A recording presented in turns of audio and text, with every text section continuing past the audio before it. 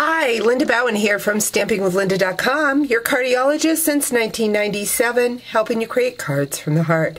Today I want to share a wow moment, and it came from my Stampin' Success magazine. This is a magazine that demonstrators get every 2 months, and on the front of it was this beautiful thing with these garden boots and these flowers, and I thought, oh my gosh, how are they made? So I contacted Stampin' Up, and they told me, well, they are made with our filter paper. And I thought, oh, that's the stuff that I bought that's in my cupboard that I haven't used. So I pulled it out. It comes with 4 sheets of rectangle and 8 circles. I also made some big flowers with this using different dies. But what I wanted to show you today is that I took the Secret Garden stamp set and the framelits from that. I used the 2 different framelits. I used this smaller one, and I also used the bigger one. What I did, because there's 4 layers of the rectangular filter paper, I folded it over so I have 8 layers, and I've already run it through my Big Shot. So this is what you get. Now you could take and put the ends of the flowers back and forth. I did not. I left them the same. So I forgot my staple gun, so let me go run and get my staple gun real quick.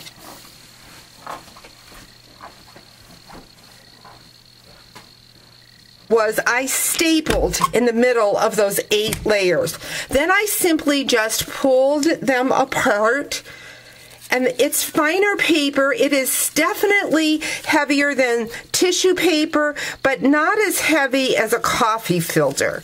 So this paper is very inexpensive, and you can get a lot of flowers out of one pack. So I'm going to pull those all apart. Then what I did was I brought in my spritzers. Spritzers come 2 to a pack. They're only $2.95, very inexpensive. I filled them with rubbing alcohol. Now you could fill them with water, but the problem with water is that it breaks down your paper. So I found that alcohol, I filled it up pretty full to the top. Every time that you fill them, it's going to be a little bit different because we're going to put our re-inkers. I used the Real Red and the Daffodil Delight re-inkers. Depending on how many drops you put in your re-inker will determine how bright your flower is. Now this is going to stain your hand, so I found the best thing to do, I just got a little baggie and I put my hand in that baggie, and I'm going to really crunch that flower. I want a lot of wrinkles to it. This is a project that we are going to be doing next weekend at my stamp retreat. I am so excited. I'm going to share a project. So if you're not coming to my stamp retreat, if it didn't work in to your schedule, make sure you watch my calendar because I will be having one the end of October.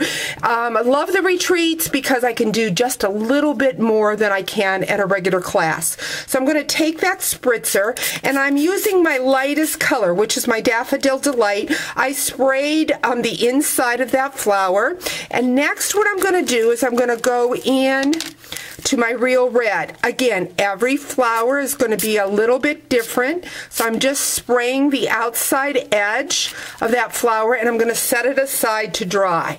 It will dry very quickly because of the alcohol, so I'm going to set that aside. I have already did a flower so that I can show you how I assembled it from there.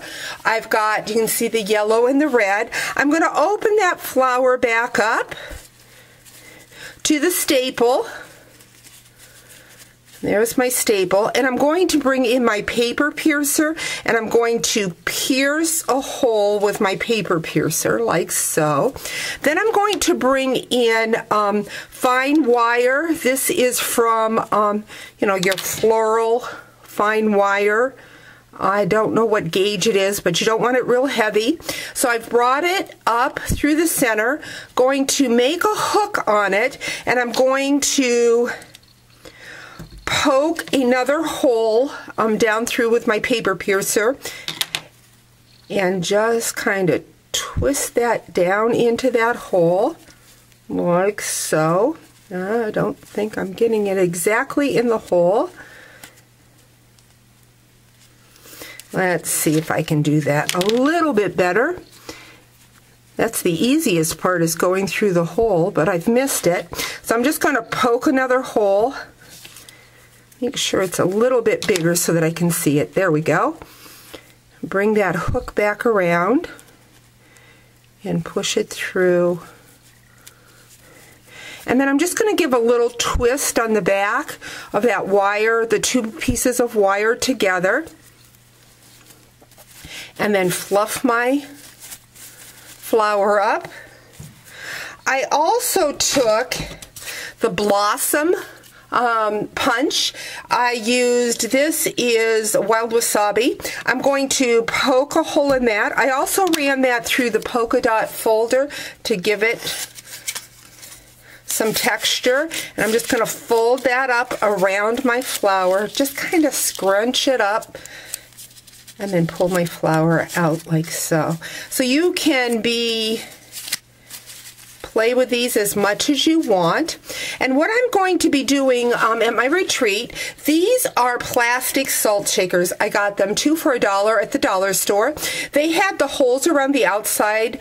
My husband just took a drill and drilled the center hole, because what I did was I filled this, I'm going to show you a little bit with paper, but then I just put that in to hold my flowers. And this is the bouquet we will be making at Stamping in the Woods. Isn't that pretty? There again, I've got just my paper fillers, holds my flowers in place. I've got all yellow ones, some small ones, just a very pretty bouquet that you can take as a little gift when you go visit somebody to brighten their day. Thanks for joining me for my wow moment.